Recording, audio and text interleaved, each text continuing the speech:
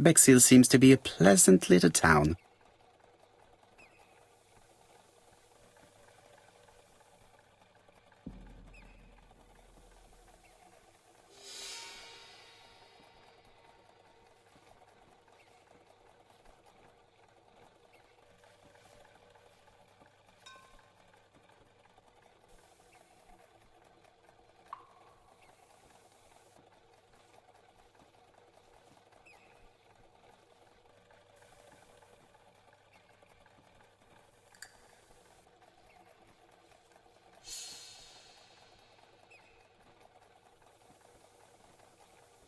Bexhill is a pretty little seaside resort with elegant architecture, although personally I prefer more modern buildings.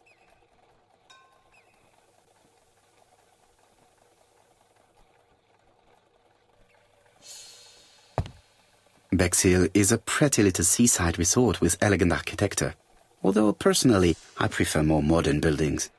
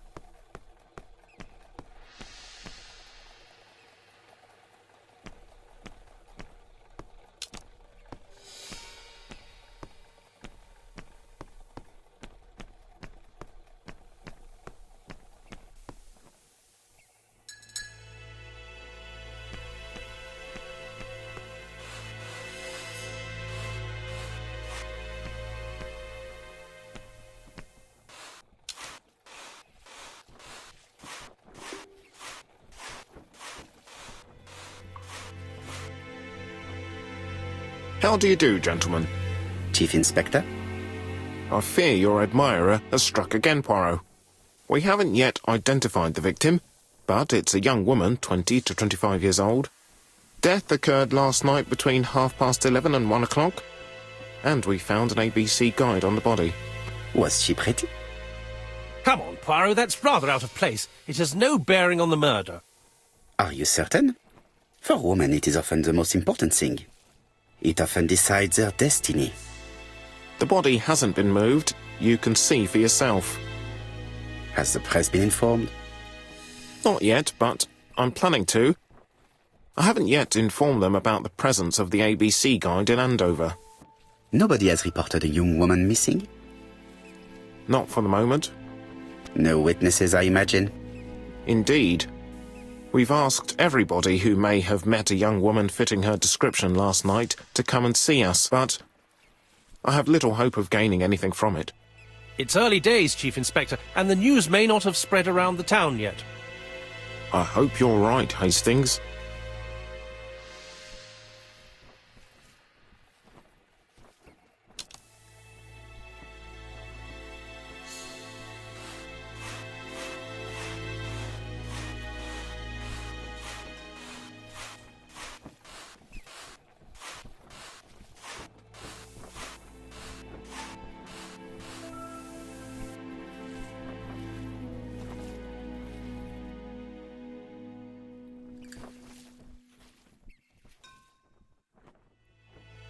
The guide is open at the...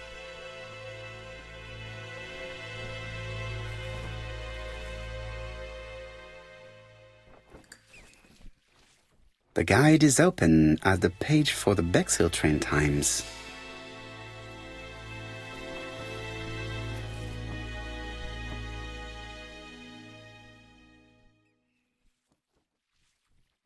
The guide is open at the page for the Bexhill train times. A braided silk belt. It may have belonged to the victim. The young woman wasn't wearing shoes or a coat and was not carrying a bag. That's strange. Either the murderer stole her belongings or she put them somewhere safe. Maybe so that she could bath. This key is too small to be one for a house. Without a doubt, it is for a padlock. This key is too small to be one for a house. These marks have been left by a rope or a braided cloth. These marks have been left by a braided silk belt. She was a great beauty. Strange that chap didn't notice it. Apart from the marks on her neck, there are no signs of the struggle. She didn't manage to hit her assailant. Let us now try and get our brain cells to work.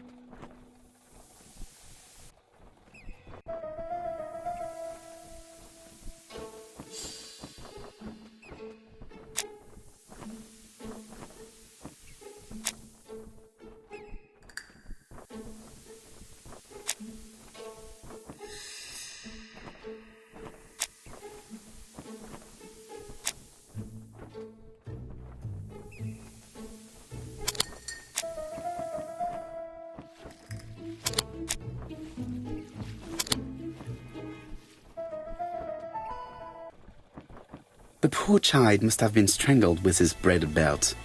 Unfortunately, in view of the fabric, it is unlikely that we will find any prints.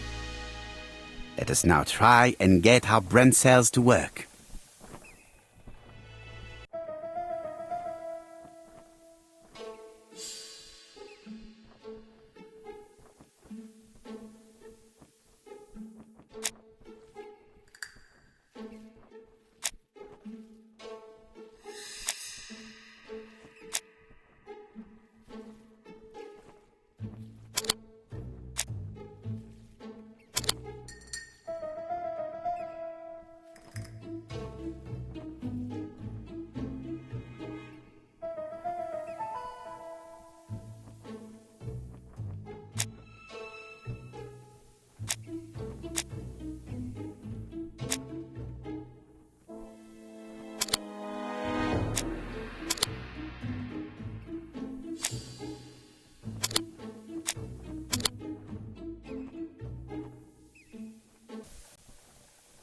The medical officer should confirm that the victim was strangled with her own belt. That's what I thought. She shows the usual signs of strangulation. With a little luck, we'll find prints this time. You are too optimistic, Hastings. Our killer is far too meticulous for that.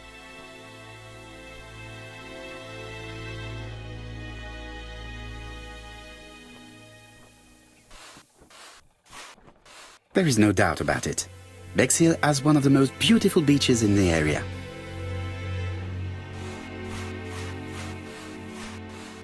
There is no doubt about it.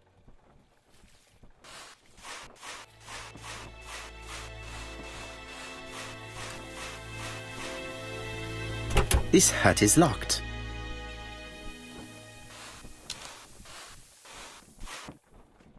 This hut is locked. The key does not fit the...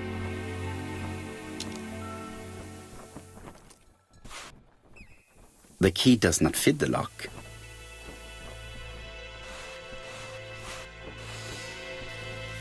This hut is locked.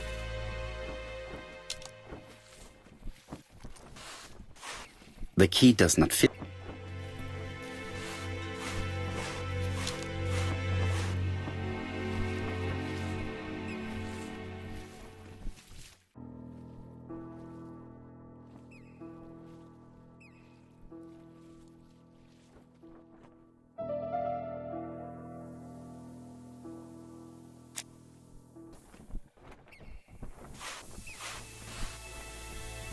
This hut is...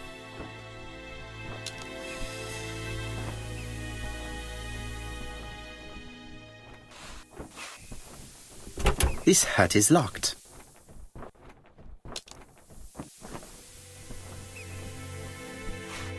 This hut...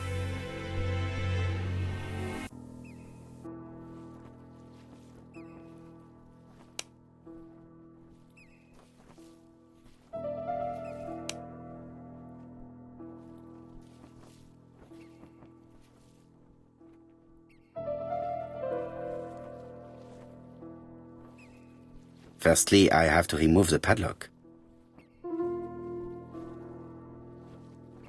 A dual locking padlock.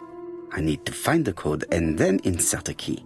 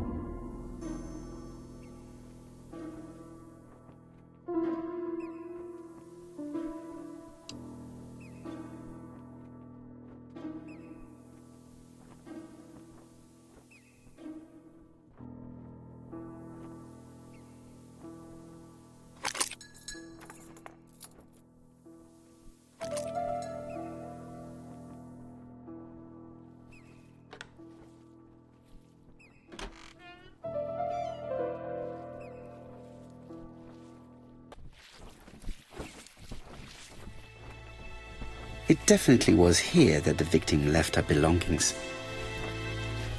It definitely was here that the victim...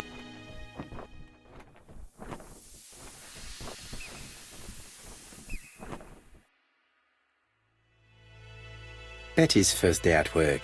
Mom is very proud of you. Elizabeth Barnard, 7 August 1931.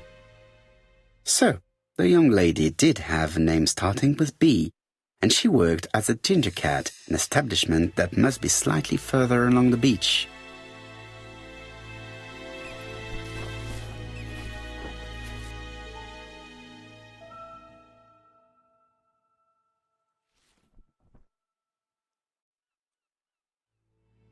Betty's first day at work. Mom is very proud of you. Elizabeth Barnard, 7 August 1931. So, the young lady did have a name starting with B, and she worked as a ginger cat. The purse is full. Yet again we can dismiss theft as the motive for the murder. Here is the watch she must have removed to prevent it from getting wet. A top brand lipstick. She liked to take care of her appearance. As well as a photo of the victim with some company. It could be useful to me.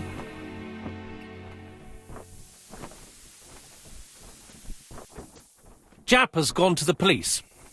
The victim has been identified and her family had reported her disappearance. She was called? Elizabeth Barnard, mainly Betty. She worked as a ginger cat at the cafe slightly further along the beach. But Poirot, how on earth? Never mind. Do you have her address?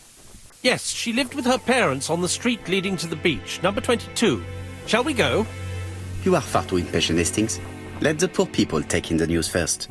Let us go and visit the cafe where Betty worked.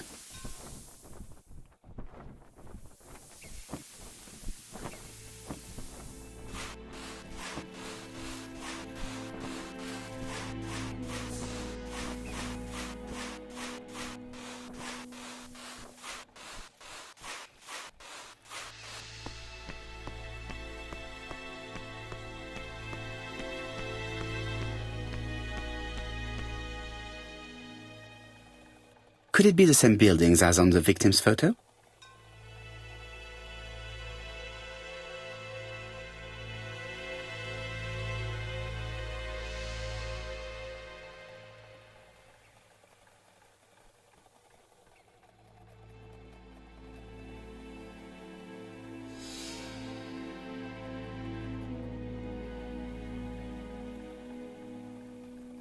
This is definitely where the photo I found in the hut was taken.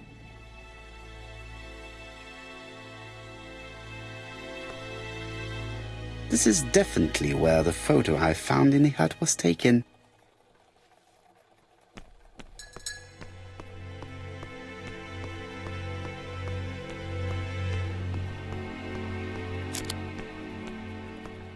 I fear that this case is far from being solved. Come on, Poirot. You'll find the killer. Certes. But how many times will he kill before I do? Hastings appears to be ill at ease. He appeared to be relatively indifferent to Mrs. Asher's murder, but a young woman's murder seems to be troubling him greatly. With all these tourists, these shops must be thriving. With all these tourists, with all these tourists,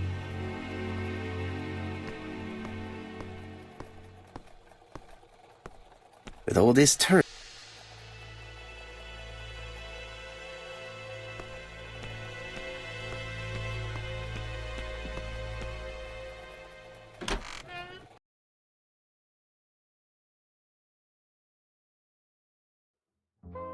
I'll be with you in a minute, gentlemen.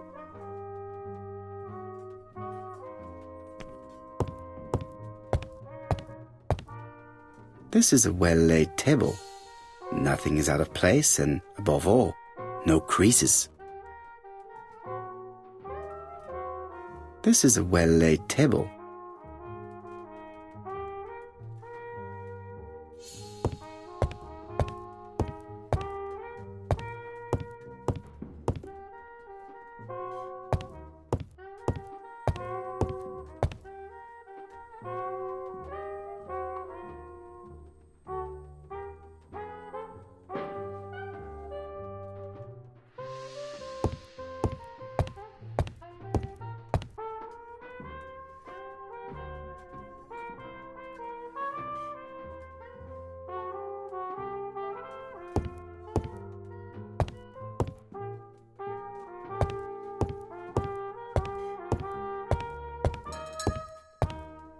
What a pity.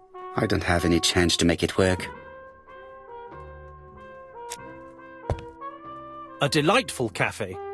So this is where Betty worked. Yes, indeed. Let us find someone to talk to. Hastings would probably like us to rest here, but the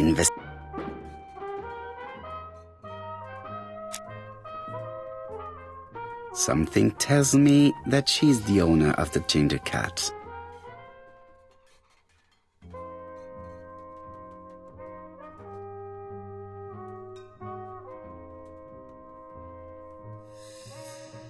This woman must be the owner of the ginger cat. It looks like something is bothering her. How can I help you? A hot chocolate and a tea for my friend, please. I'll bring it straight away.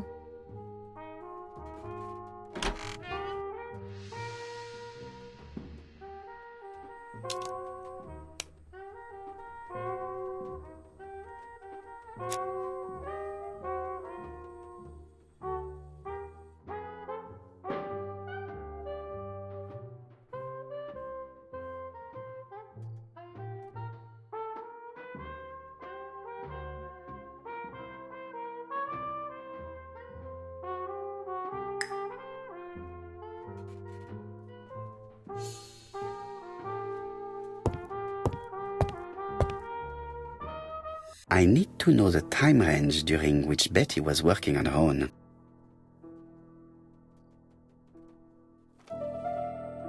These are the different waiting staff's bills. Which ones were written by Betty?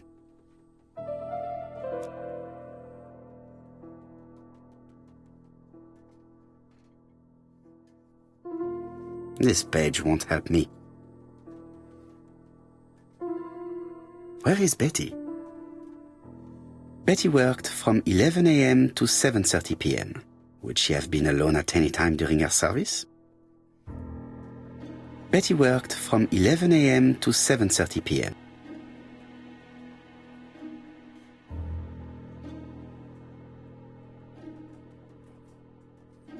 No, this person is not the No, this person is not. Interesting. Betty was alone between 5 p.m. and 7:30 p.m. Who did she serve? Interesting. Betty was alone between 5... Interesting. This page won't help me.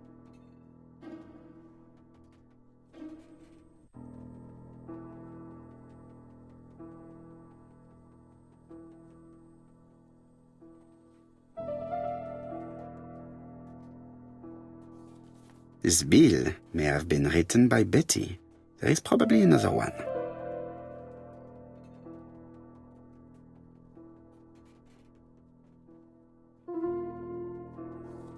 Betty wasn't serving on her own at these two times. Let's keep searching.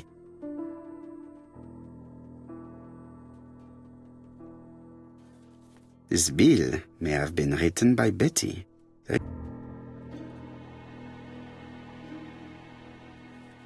Betty wasn't serving on her own at these two times. Let's keep searching.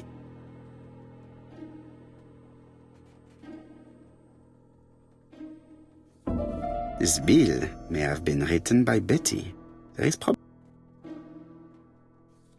most probably a single man, a whiskey lover. Maybe the murderer? No, something's not right. Betty was alone at just one of these two times.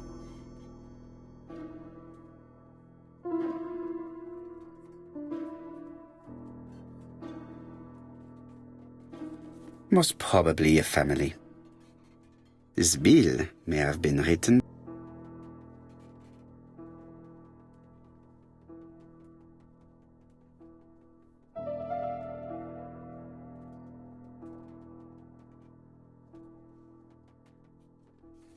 Most probably a single man, a whiskey lover. Betty served a family and a man on his own, a whiskey drinker. Maybe the murderer. This information will help me to progress. But, gentlemen, what are you doing? We are searching for clues, mademoiselle. My name is Hercule Poirot. I am a detective, and this is Captain Hastings. Does Betty Barnard work here? That is correct. She should have been here a while ago. Punctuality is the first rule of politeness. I fear that Miss Barnard will not be coming today. She has just been found, dead, on the beach a few hundred meters from the cafe. How awful. Poor young thing. What happened?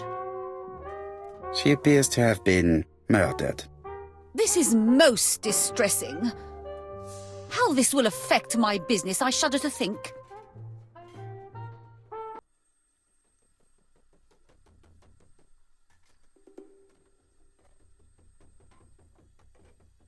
What can you tell us about Miss Barnard? Nothing, absolutely nothing. Miss Barnard was my employee. Her private life was none of my business. You did know at least that she had a young man. Indeed.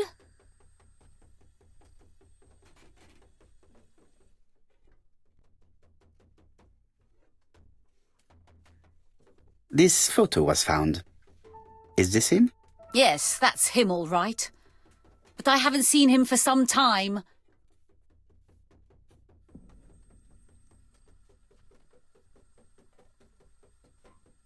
Do you think there may have been some problems between them? I'm not on those sort of terms with my staff. Now, please excuse me, I have work to do. The customer who ordered the whiskey might provide us more information. He may have been the last one to see Betty alive. It is an interesting idea, Hastings. Maybe he is a regular guest. What do you think, mademoiselle? I don't think so. Our regular guests tend to order tea and cakes. At this time of the year, there are a lot of tourists about you never see again. That's what I thought. Time to visit Betty's home.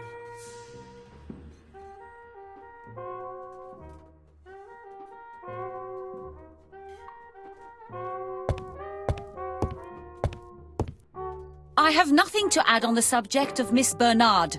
Please convey my condolences to her family.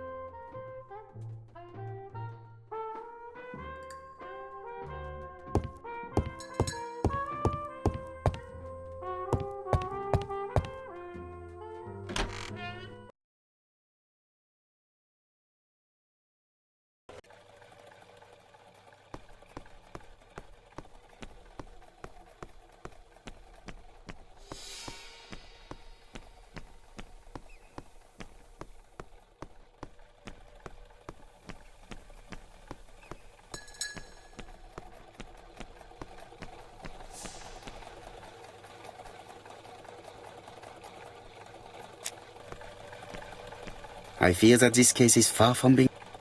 Come on, Poirot. You'll find the killer. Certes. But how many times will he kill before I do? Hastings appears to be ill at ease. He appeared to be...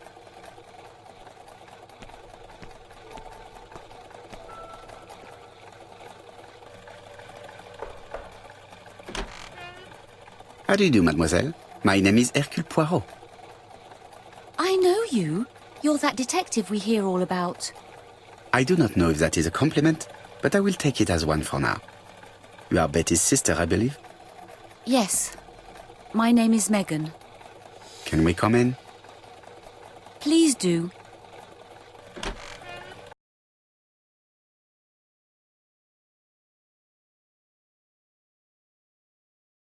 My parents are at the police station. I doubt they'll be up to speaking to you later. Do not worry, we will not bother them. Did you know your sister's plans for yesterday evening? No. I arrived by train this morning. My parents called me in a panic when they discovered that Betty had disappeared. She went out last night, but she didn't tell them where she was going. What was your last conversation about? Her new dress. She wanted a pair of black stockings to go with it. Mother brought her a pair. The very day it happened. She was crying. And to think that Betty never even wore them. Poor Mummy.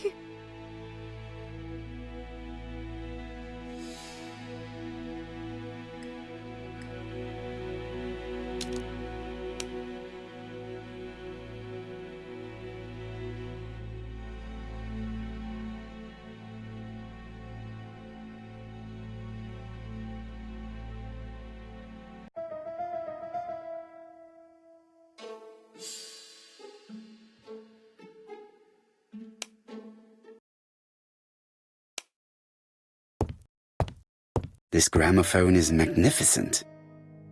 It is a one-off, without a doubt.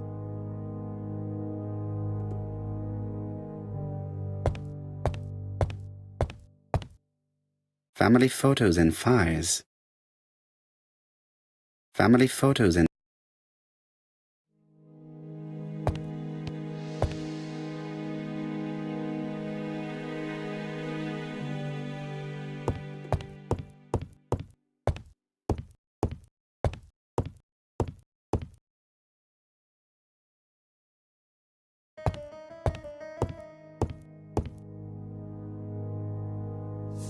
The Barnard appeared to make music a priority in their budget.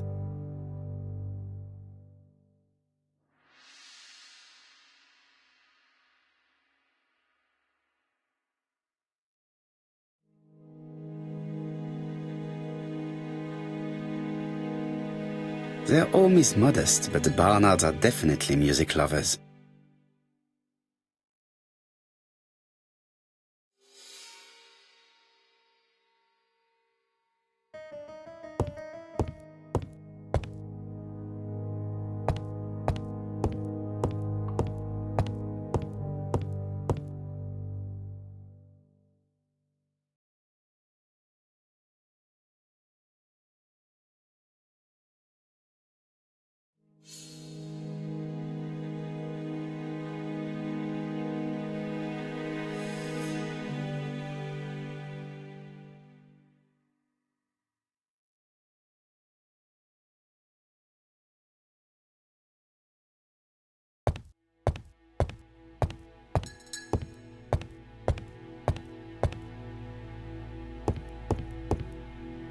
Hastings always pays more attention when young women are being questioned.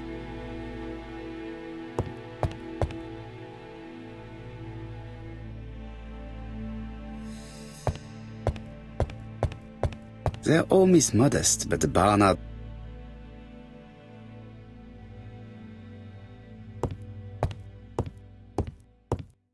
Megan invited me to examine her sister's bedroom. I should take advantage.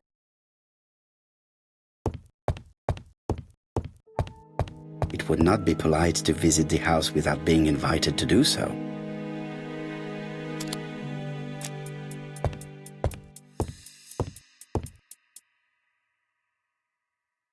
What is she feeling at the moment?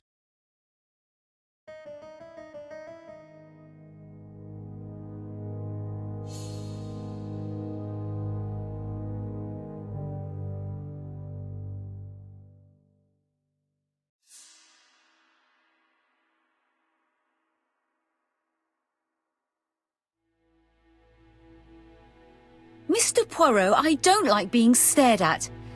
If you have something to say, would you please say it to me?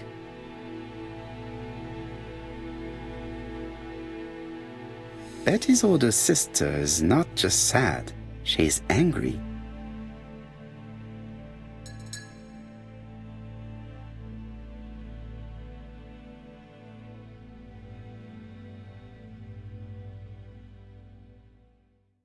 Did Betty go out often? My sister wasn't a child, sir. She used to go out. She enjoyed films, dancing.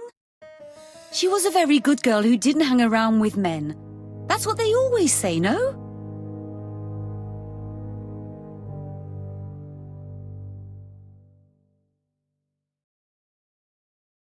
I am not interested in what people say. I am interested in the truth, Mademoiselle Barnard.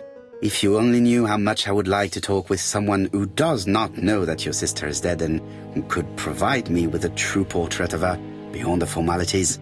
The truth is that my sister was a silly little fool.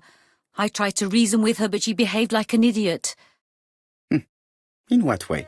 She used to say that if she was going to marry Don, she might as well have some fun now. I understand. Please continue.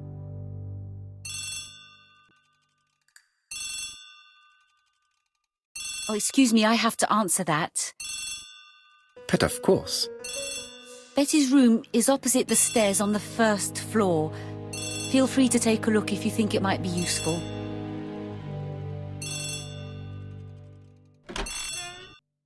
This young woman is far too clever not to have anything else for us. Do you think she's hiding something? That is what I'm trying to find out. Surely you don't think she did it? I did not say anything of the sort. But young women always ruin your judgment, Hastings.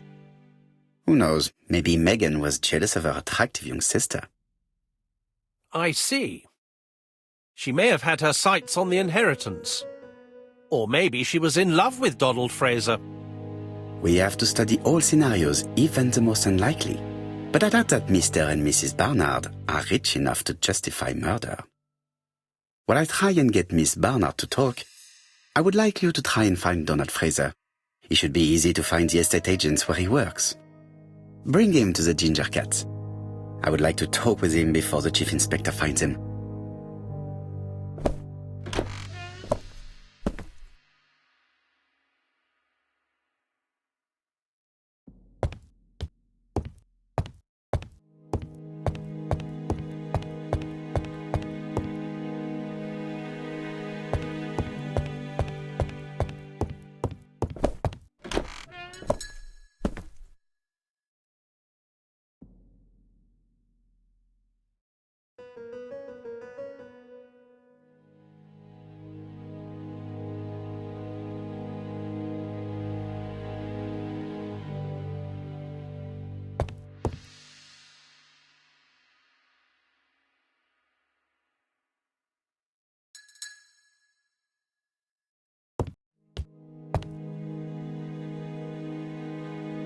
It looks like Betty was also a music lover, the same as her family.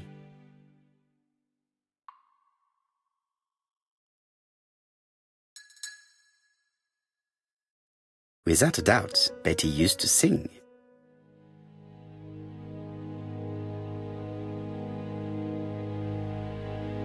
Without a doubt, Betty used to sing. A box of new stockings.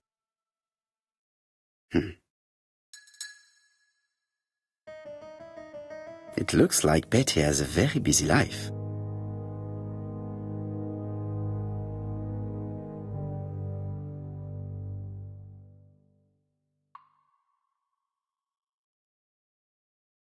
Betty liked luxury and going out, and being as pretty as she was, she probably did not have any problem getting herself invited.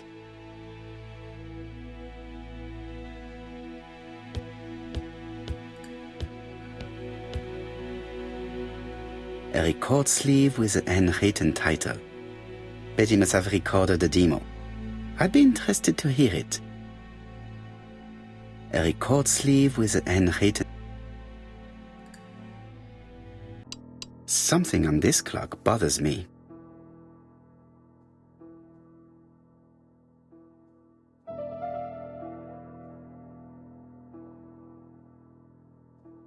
What a strange mechanism. I don't think it serves to turn hands.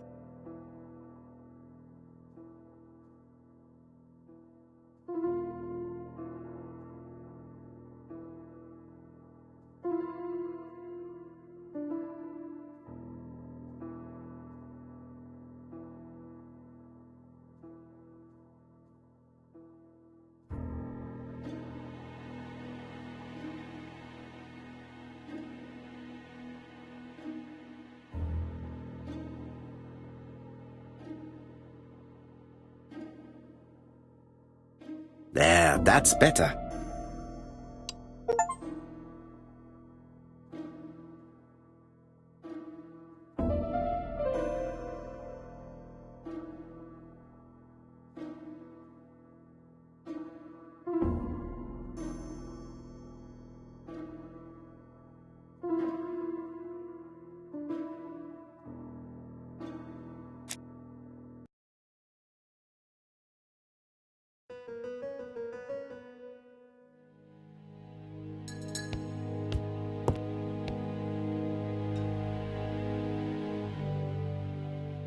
Medicine to prevent voice loss.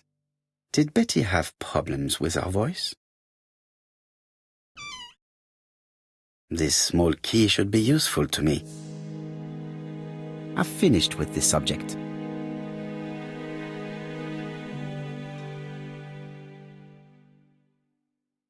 Medicine to I've finished. Looking at all the clothes she took out, Betty must have had a problem deciding what to wear. Maybe she had a date? I have not finished inspecting.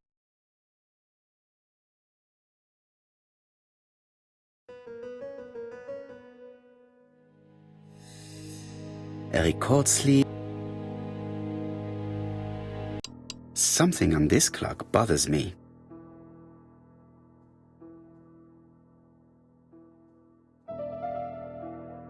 There, that's better. Strange. A sheet of paper is blocked in the clock.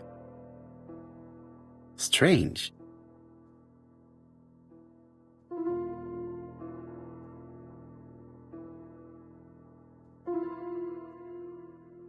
What a strange mechanism.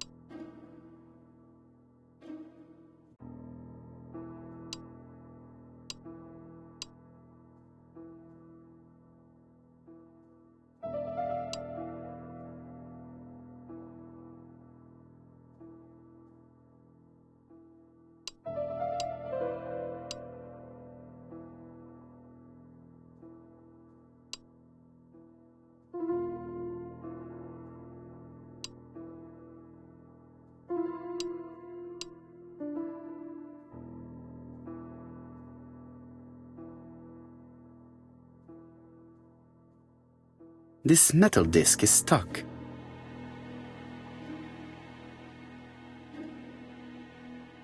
This metal disc is stuck.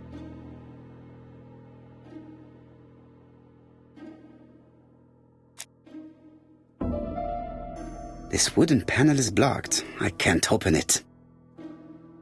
This wooden panel is blocked.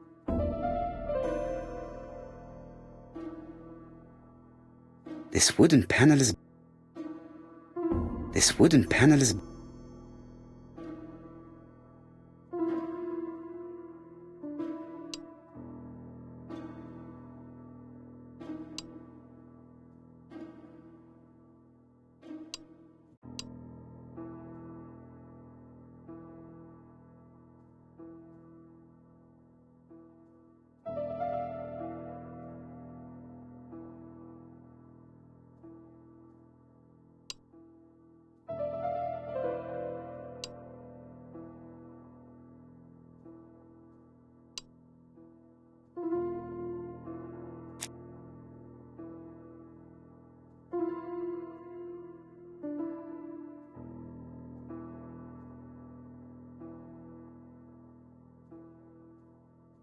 The cogs are blocked by these wooden panels. The cogs are blocked.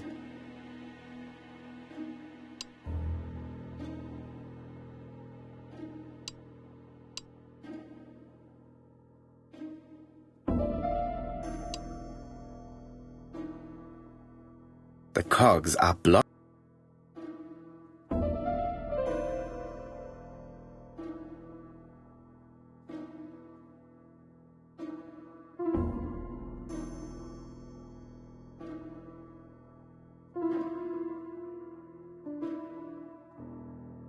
The cogs are blocked by these wo-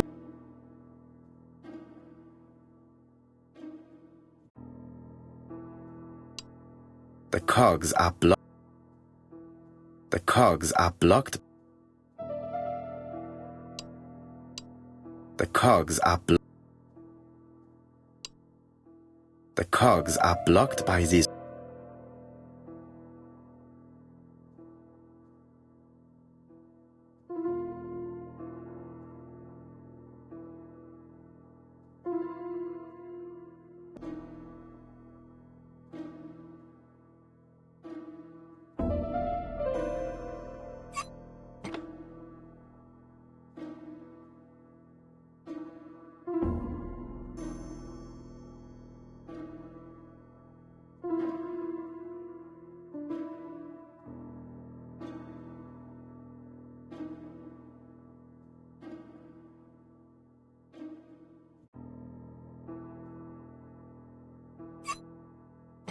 Good. It should be possible to open the wooden panel.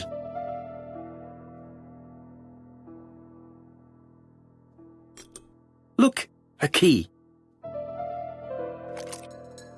This could be useful.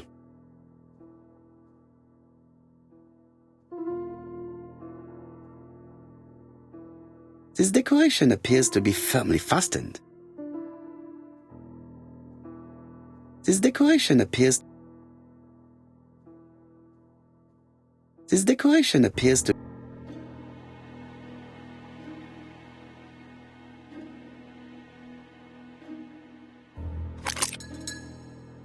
The central cog is blocked.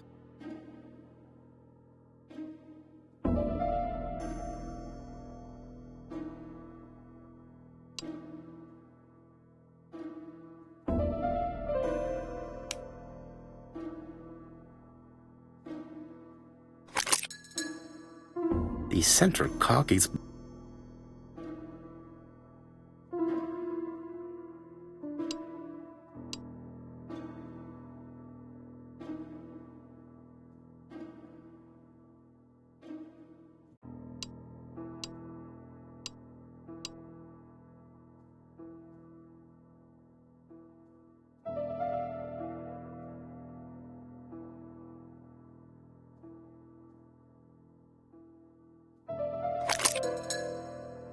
The central cog is blocked.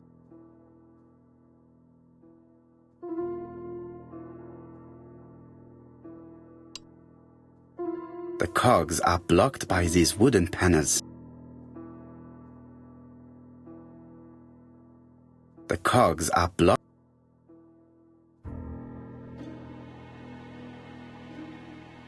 No, the key does not fit this cog.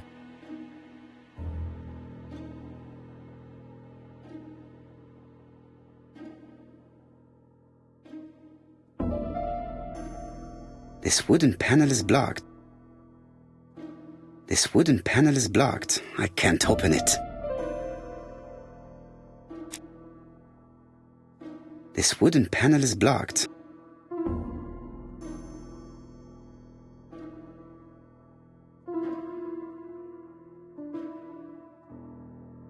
Strange. A sheet of paper.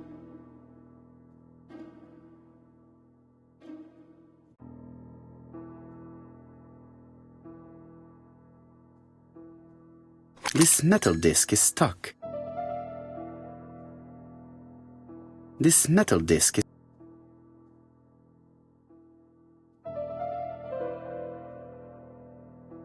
Strange.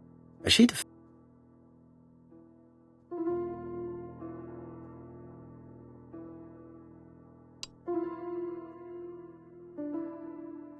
The cogs are blocked by these wooden panels. No, the key does not fit this cog. The cogs are blocked.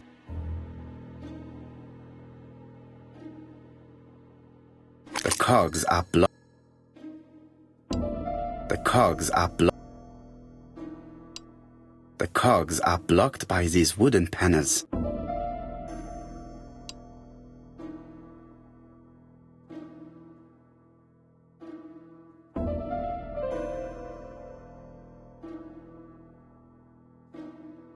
This code probably has something to do with the mechanism above the clock.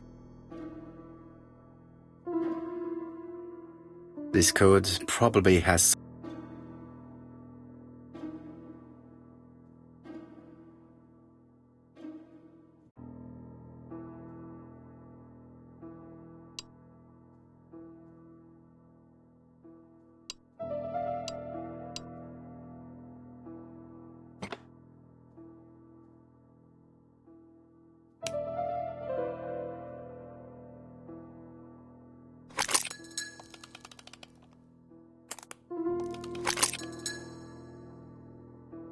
Ah! Something clicked on the front of the clock.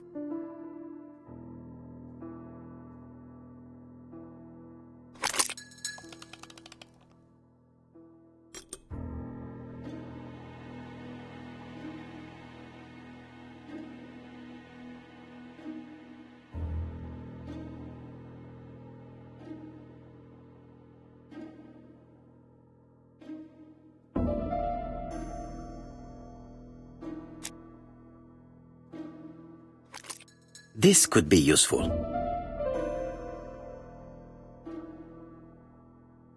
Betty, I enjoyed a wonderful evening in your company, and I hope that we will see each other again very soon.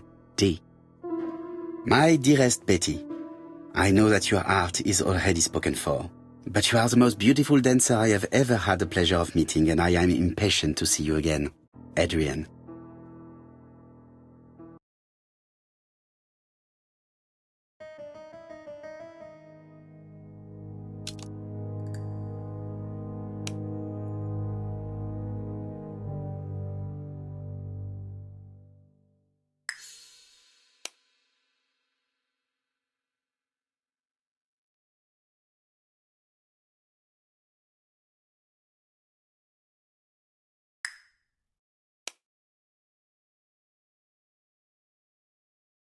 A record sleeve. A record.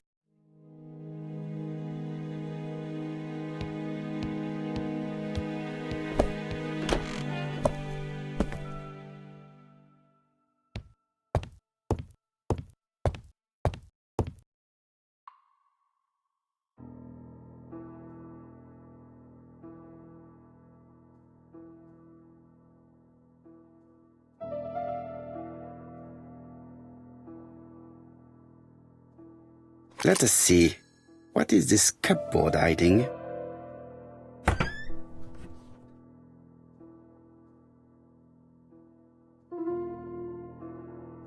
This looks like solfège.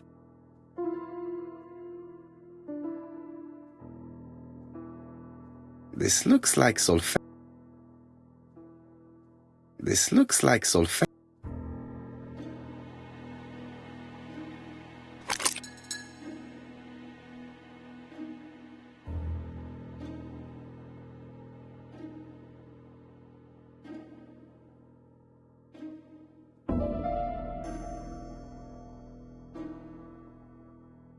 This looks like solfège.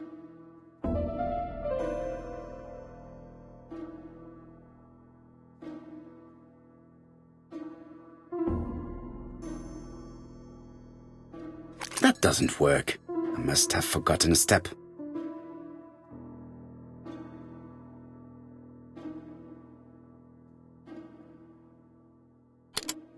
That doesn't work.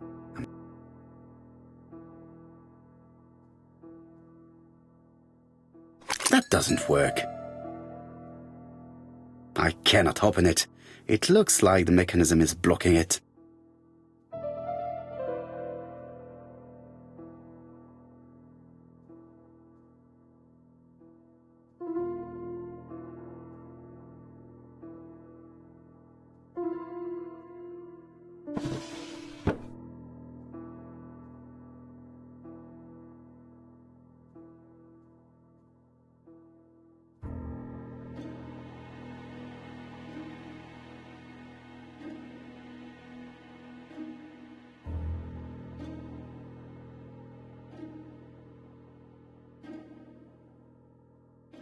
This looks like solfège.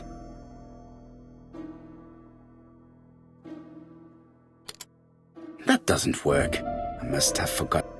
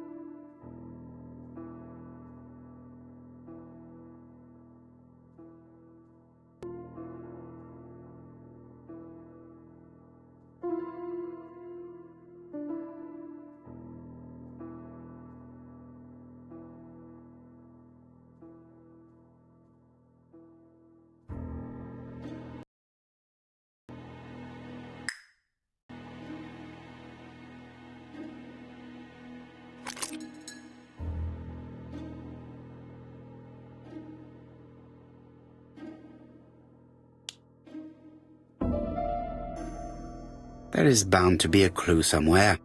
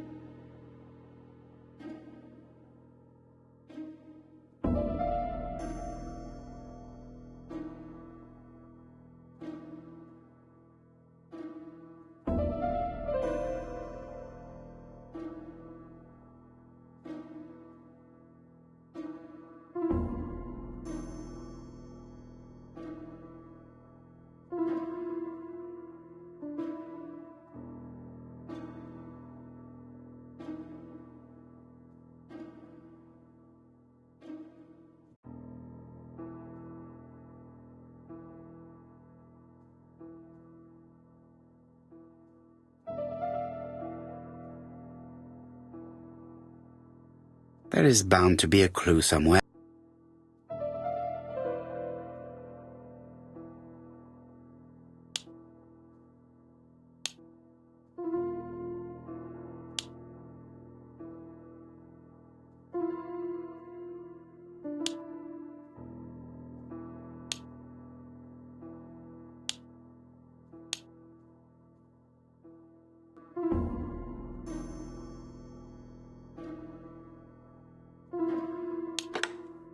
I heard the sound of a mechanism being triggered.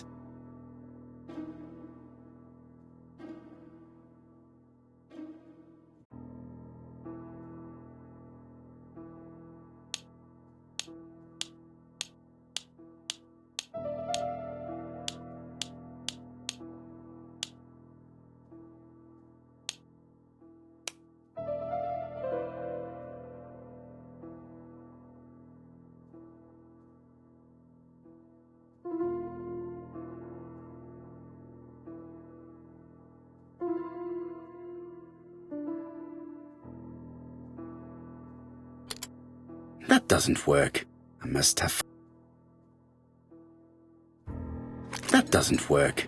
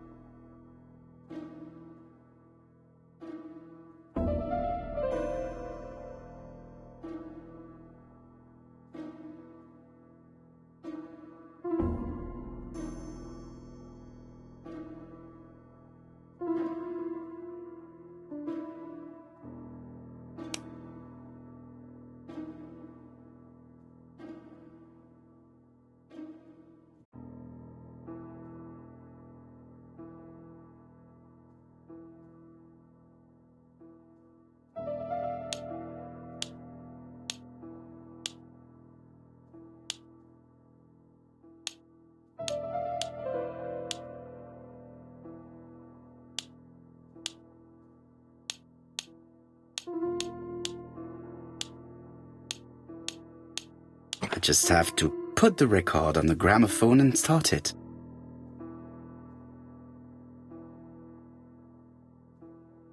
That doesn't work. I must have forgotten a... That doesn't work.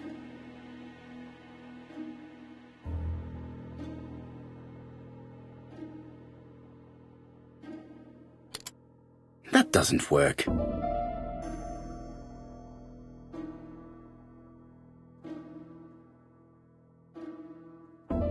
It looks like something goes in here.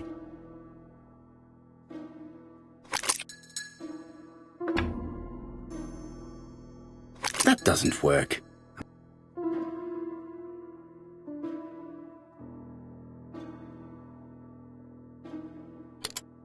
That doesn't work. I must have forgotten.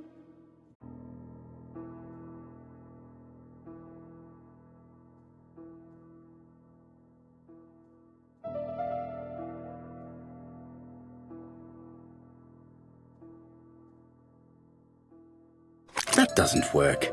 I must have forgotten.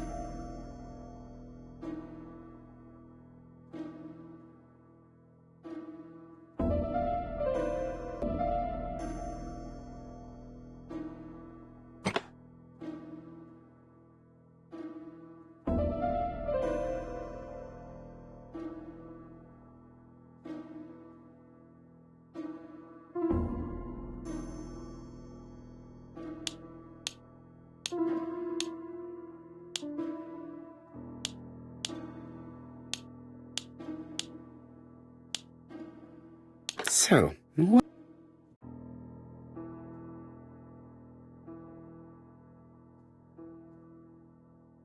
let us see. What is this?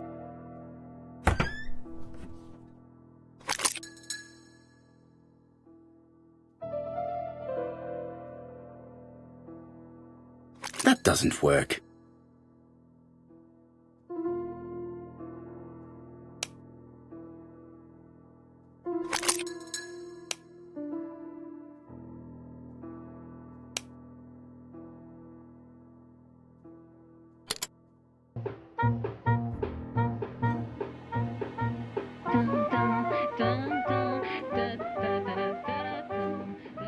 Oh, Donald!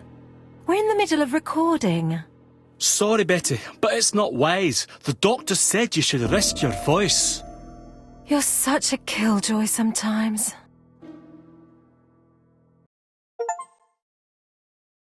Betty was such a good singer. It's true. Did she have any problem with her throat? Yes, she had to be careful with her voice. Of course, she didn't follow the doctor's advice. If Don didn't insist, she... Well, it's too late for all that now.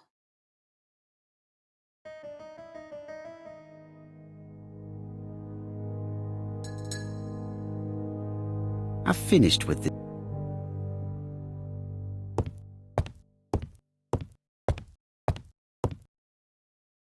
It looks like this woman is single, but she has feelings for someone.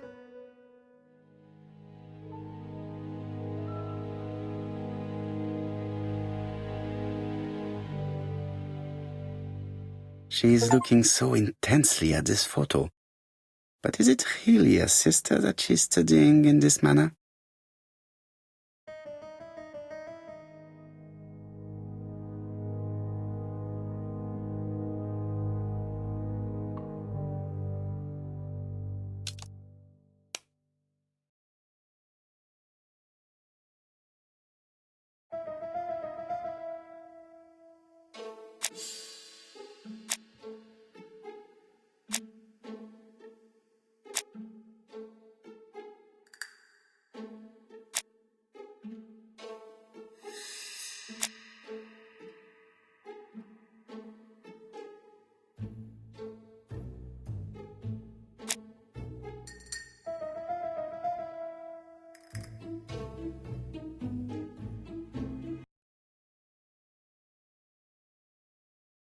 They made the perfect couple, am I correct? Yes, in a way. She was pretty and he... Well? He's a bright man, with a promising career ahead of him. He would have made Betty a good husband. He was always attentive and generous. Oh, a true gentleman. I hear a note of envy in your voice. You must have heard wrong.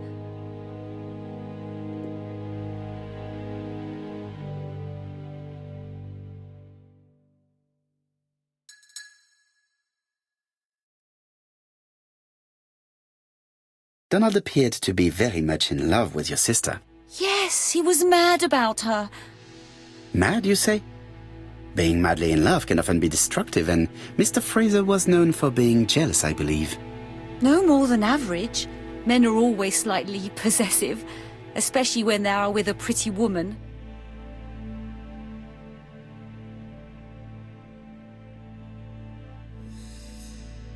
I am not your enemy, Mademoiselle Bernard. And you are not my friend either, Mr. Poirot, sir. Yes, but your lies are not helping Mr. Fraser, or you for that matter.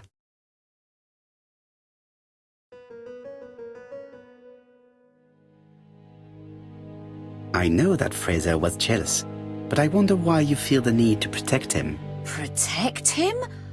I hope you're not suggesting... That you are Fraser's accomplice? There is nothing to suggest that, at least not yet. It would appear that your sister's murder is the second in a series that we have to stop as quickly as possible. The first was in Andover, and the same as your sister, the murderer sent me a letter informing me that a crime would be committed in that town. Now can I count on your honesty? Yes, you have my confidence, Mr. Poirot. Don is a quiet and sensitive young man. Slightly reserved, too. And as is often the case with reserved people, when he flew into a temper, he completely lost control. He could be so violent. Betty was frightened. And when was this? The first time was about a year ago. But they rowed more recently. Donald found out that Betty had lied to him. She said she was going out with a girlfriend, but she went out for dinner with a married man. It was an awful scene. She told him that until they were married, she was free to go with whoever she pleased. Donald turned quite pale and started shaking and kept saying one day. Well? He'd commit murder.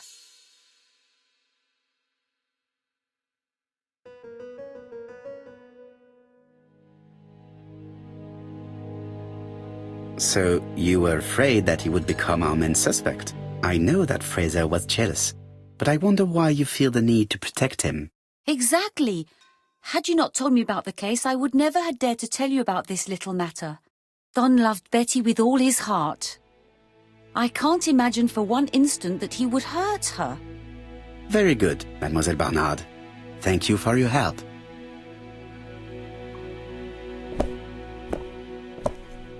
Fraser is at the Ginger Cat. The police haven't spoken to him, but they want to.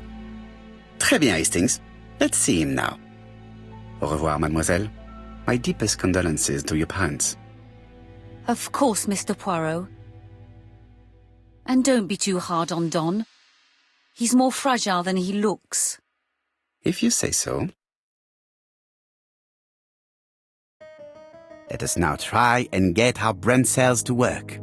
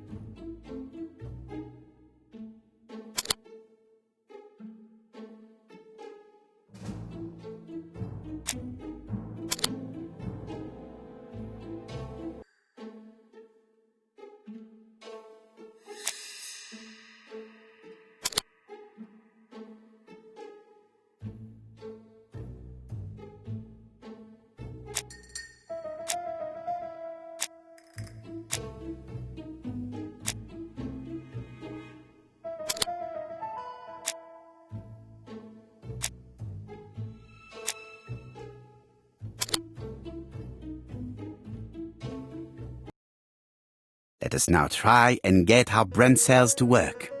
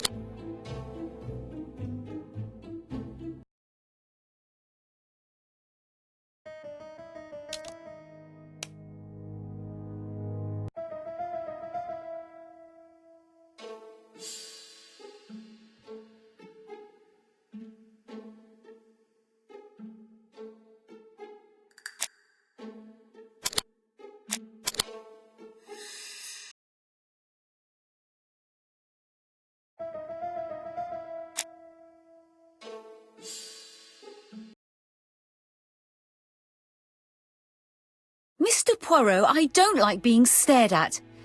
If you have something to say, would you please say it to me?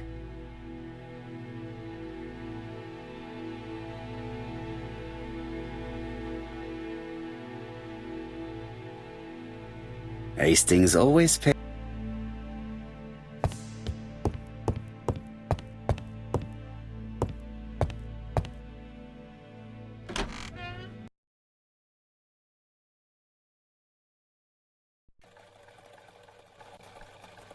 You've seen Fraser, Hastings.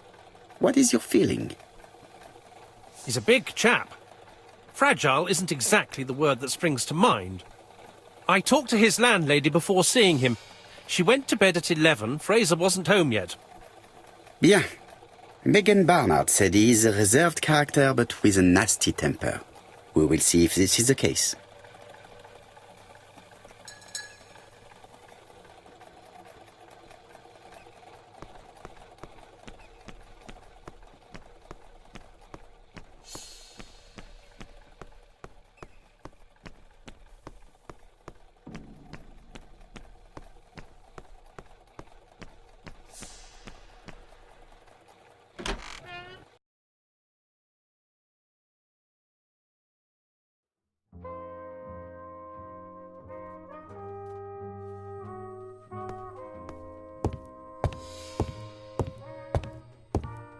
What a pity. I don't have any chance to make it work. I don't want this young man here. Be quick and do what you must. I don't want this...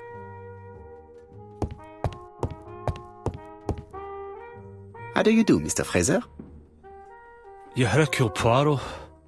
Mr. Hastings said you wanted to speak to me. Yes. I know that it may not be the right time, but I would like to ask you a few questions.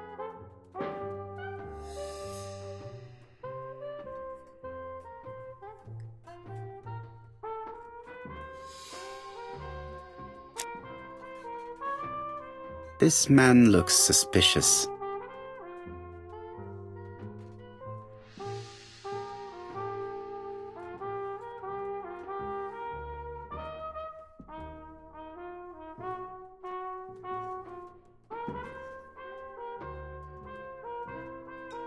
Donald Fraser is in a terrible state, as if he hadn't slept all night.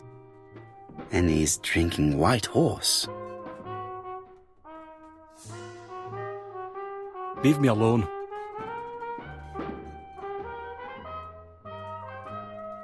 Tell me that it's a mistake.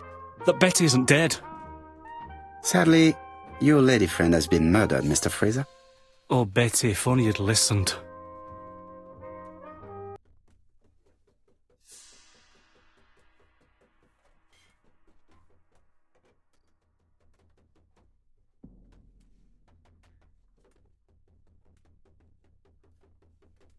If she had listened to you, she would still be alive. Should I take that to be a confession? With that sort of thinking, you must send a lot of innocent men to prison. Under different circumstances, I might even find you amusing, sir. It's no time for amusement, Mr. Fraser. It is time to find your fiancé's killer. Did you know what her plans were for the evening? She said she was having dinner with her sister.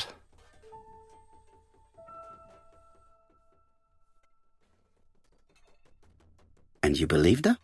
And why not, sir? She was my fiancée. That did not stop her from lying to you before. Betty was not a bad girl, but she did like to take advantage of her success with men. How dare you sully her memory?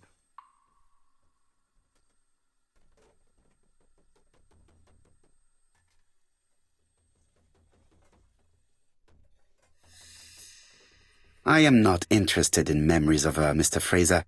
I am looking for a killer.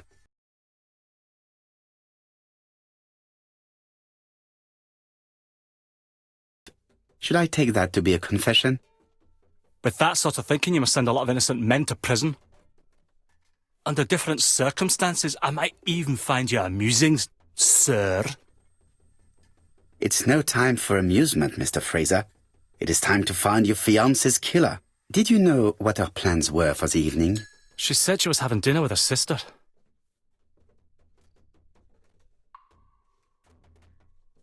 Yet Megan only returned to Bexhill this morning, Mr. Fraser. I didn't know. Right. May I ask you what you were doing yesterday evening?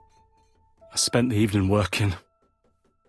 Your colleagues can confirm this? No, I often take work home with me.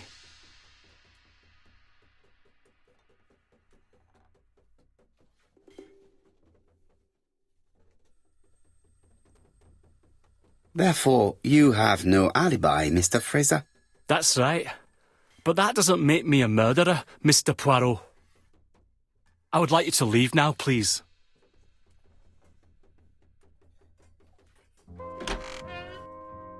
Ah, I knew I'd find you here, Poirot. I thought the victim's young man was here. Yes, is all yours, Chief Inspector. Let us now try and get our brain cells to work.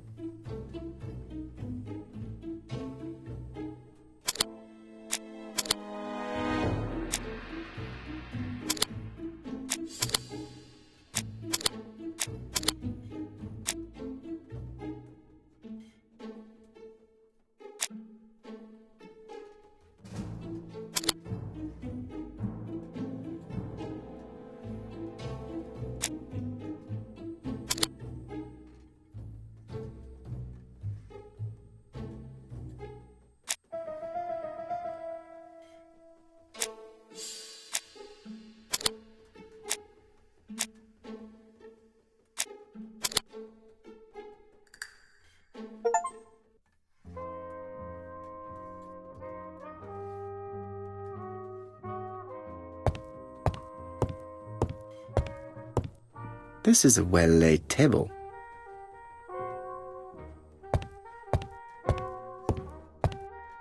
No need to insist. I will certainly have the opportunity to question him again.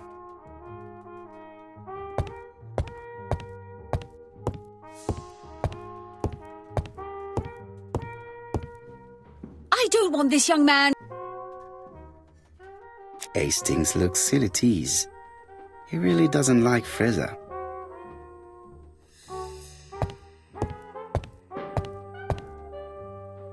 Hastings is bound to tell.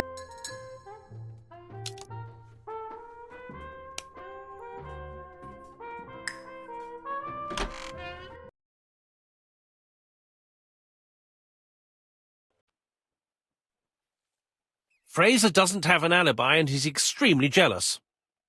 You are very skilled at summing up. And yet you haven't asked Japp to arrest him. It is too soon. But I agree, without the letters announcing the crimes, Fraser would already be behind bars. Bon, I think we have enough elements. Let's reconstruct the events at the scene of the crime. I can't imagine how the murderer wasn't seen, though. Surely she must have struggled. Let us try and imagine the scene.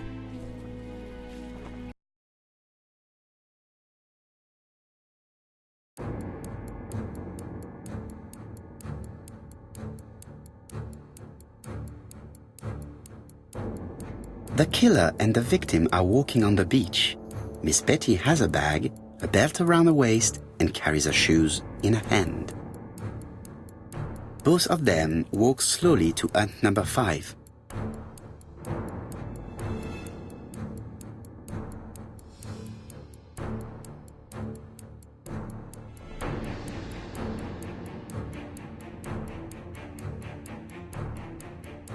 Miss Betty enters the hut. No. It wasn't hut number 5. Let us think again, mon cher.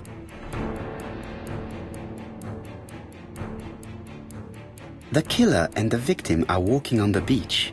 Miss Betty has a bag, a belt around her waist, and carries her shoes in her hand. Both of them walk slowly to hut number 5. Both of them walk slowly to hut number 6.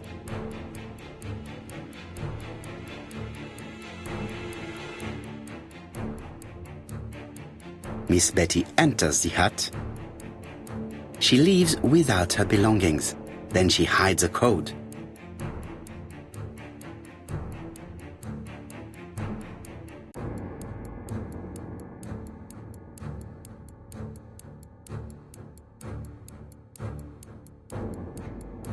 They keep walking. Then she removes her belt. The murderer moves behind her and then attacks her by surprise. The body falls, lifeless, on the sand. Everything appears to match the crime scene, mon cher Hastings. That is exactly what happened.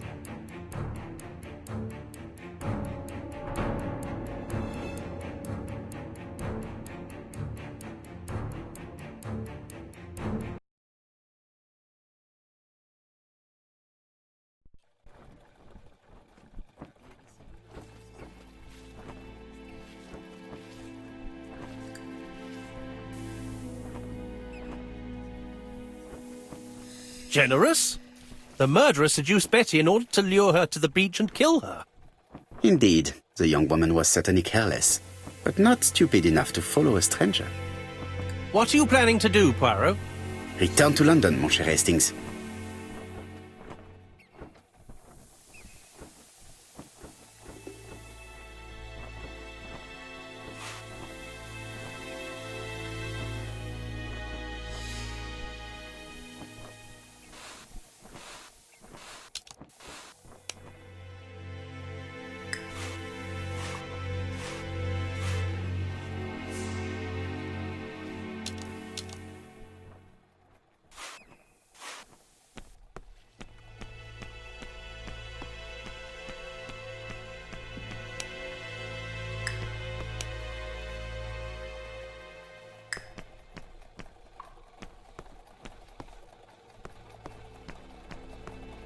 Right, back to London. There is nothing more for us to do here.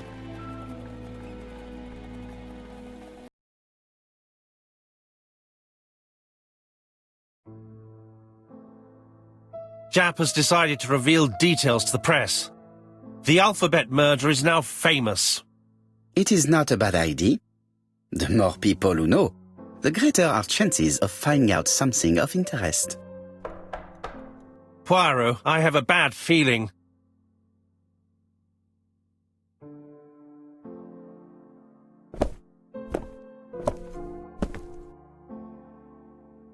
Poor Mr. Poirot, not so good at these little criminal matters as you thought yourself, are you?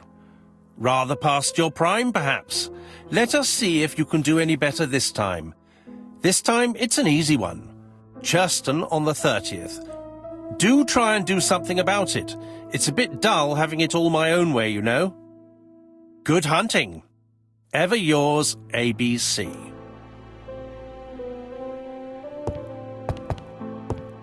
Good hunting.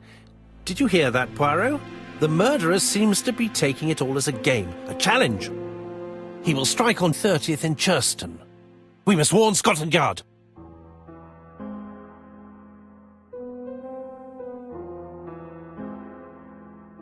By the way, Hastings, what day is it? Well, looking at the calendar, it's the 30th. No time to lose. We must prepare our suitcases for Churston. Mon Dieu, it is already 10 o'clock. I will call Scotland Yard immediately.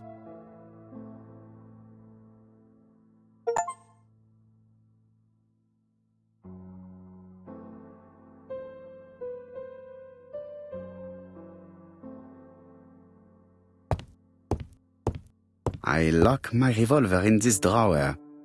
I've not used it in a very long time.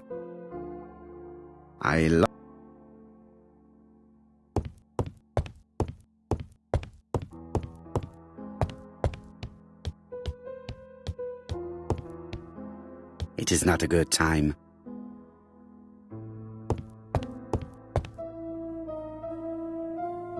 Daily Flicker, July 30, 1935. ABC affair, no progress. The alphabet murderer is still on the run.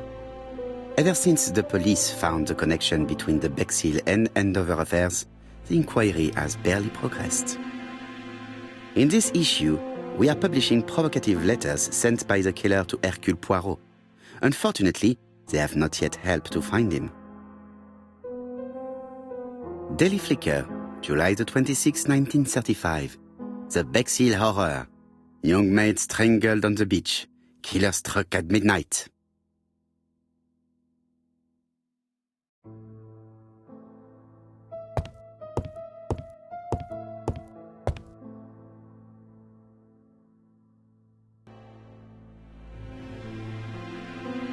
It is not a good.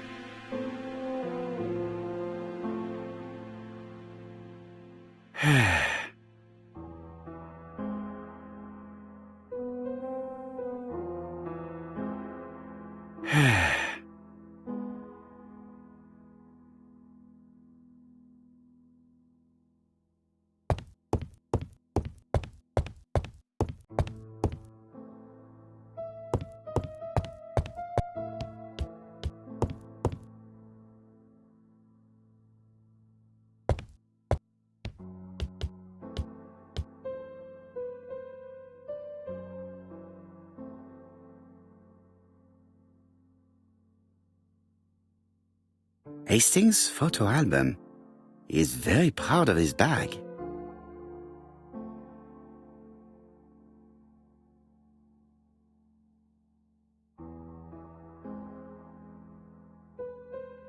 Bexhill-on-Sea, Sussex, population 24,703.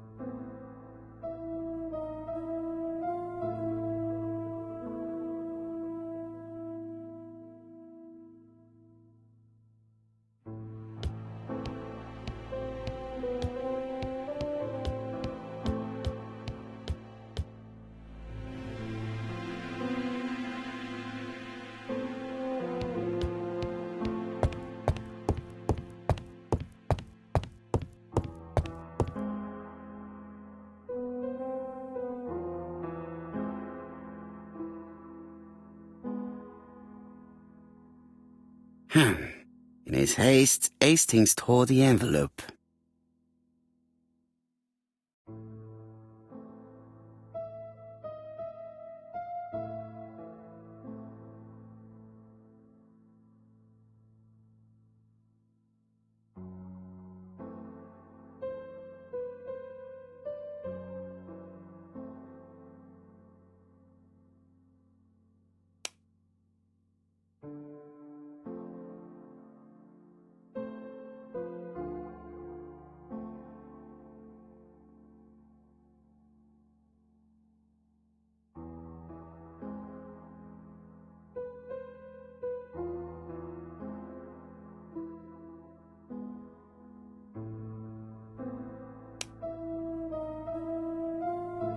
Poor Mr. Poirot. Not so good at these little criminal matters as you thought yourself, are you? Rather past your prime, perhaps? Let us see if you can do any better this time. This time it is an easy one. Cheston on the 30th. Do try and do something about it. It is a bit dull having it all my own way, you know. Good hunting. Ever yours, ABC.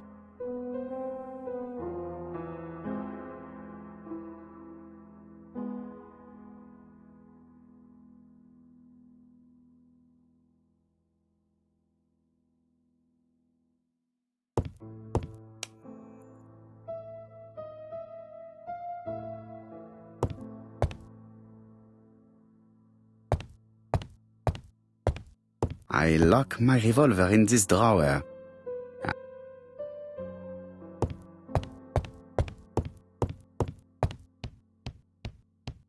It is not a good.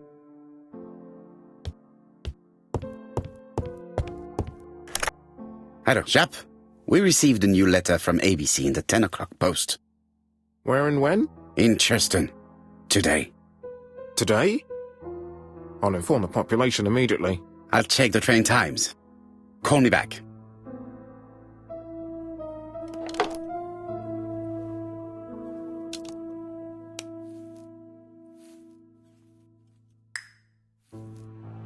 It is not a good...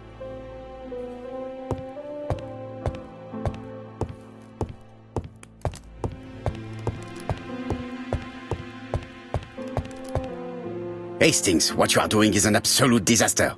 That is no way to pack suitcases. Heavens, we must hurry! We have to get to Churston before the murder!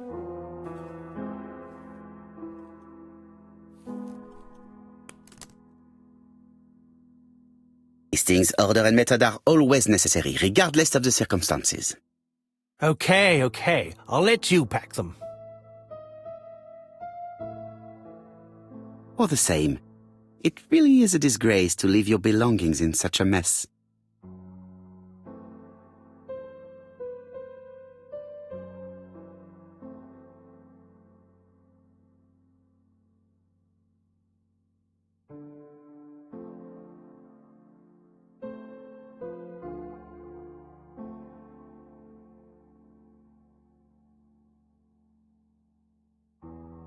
Voila!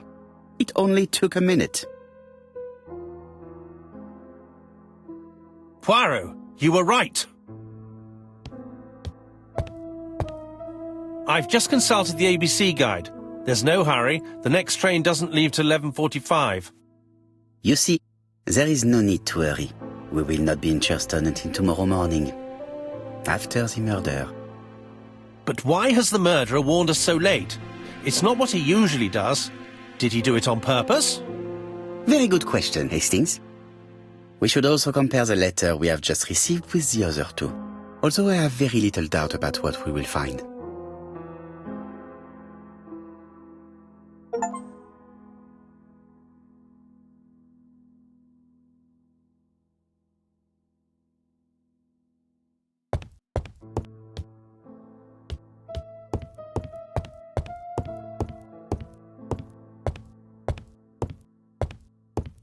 Hastings, it would appear that you are getting slightly thin on top. Really? I hadn't noticed.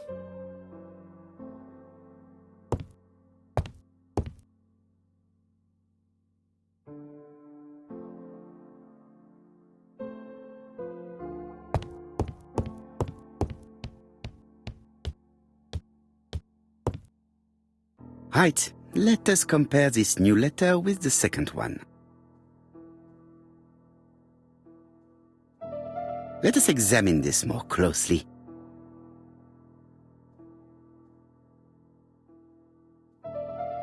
Certain characters in the two letters may have similar defects. Yes, the A appears to be quite unusual. Yes, this I is weird. Let us examine the characters in this word. Let us examine the...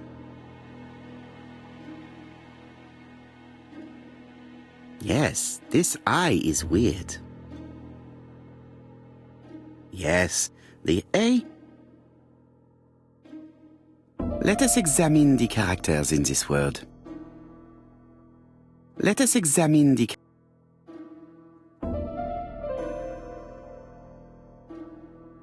Let us examine the characters. The W is not printed properly.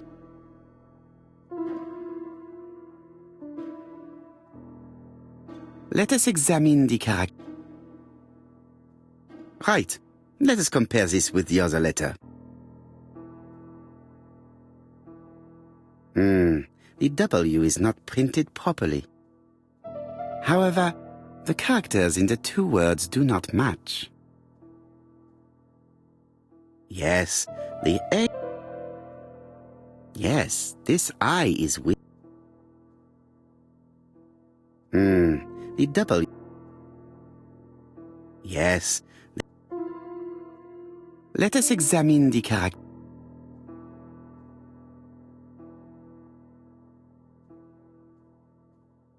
Let us examine the character. The W... Let us examine the character. Let us examine the character. Let us examine the character. Let us examine the... Right. let us compare this with the other letter.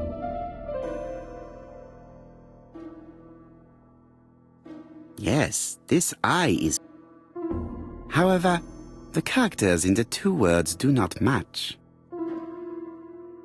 Let us examine the characters. Let us examine the characters. Let us examine the characters in... Let us examine the characters. Let us examine the...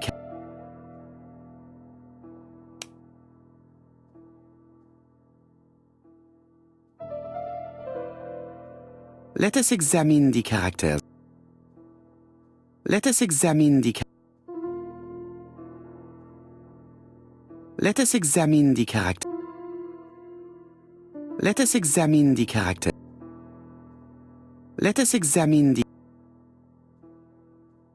Let us examine the... Let us examine the... Right. Let us compare this with the other letter.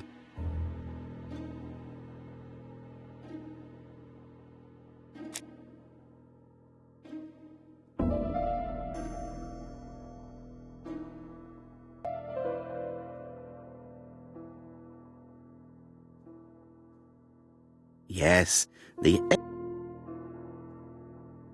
Right. Let us That's right. The A characters in the two letters do indeed have the same defects. I have to find some other similar defects to confirm.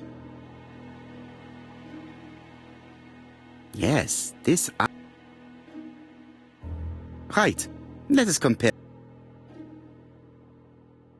Yes, the I characters in the two letters do indeed have the same defects. I have to find some other similar the double... Right. Let us compare.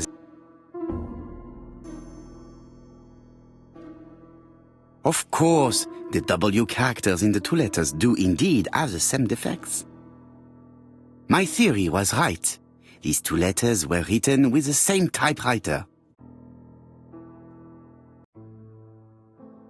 Let us now try and get our brain cells to work.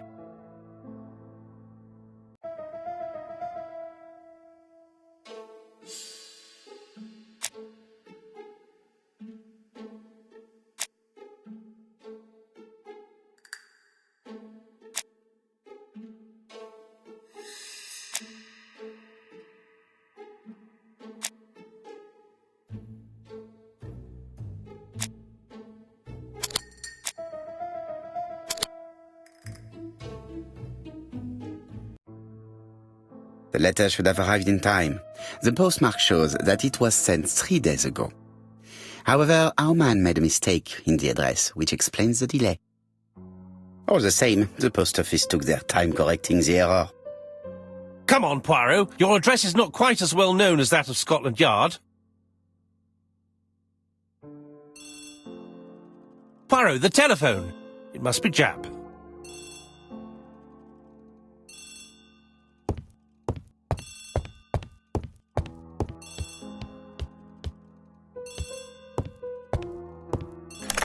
I have some news from Churchton. Bad news, I'm afraid. Sir Carmichael Clark was murdered while out on his evening walk. Sir Carmichael Clark. The name is familiar to me. He was a famous throat specialist, one of the best in London.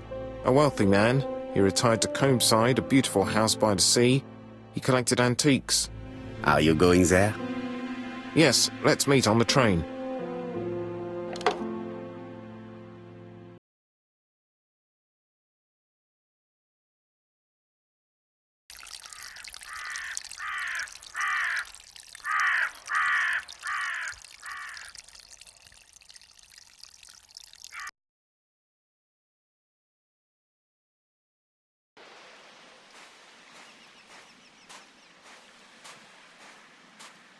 The victim is called Sir Carmichael Clark, one of the best throat specialists in London. The body was still warm when we found it. If we'd been warned earlier, we definitely could have saved him. It appears that the murderer made a mistake when he wrote his letter. A mistake? Lucky for him. And what if he did it on purpose? No. He's defined his madcap rules and he's sticking to them. It's a matter of pride for him. Shall we go up to the house, Poirot? You go, my friends. I will come soon.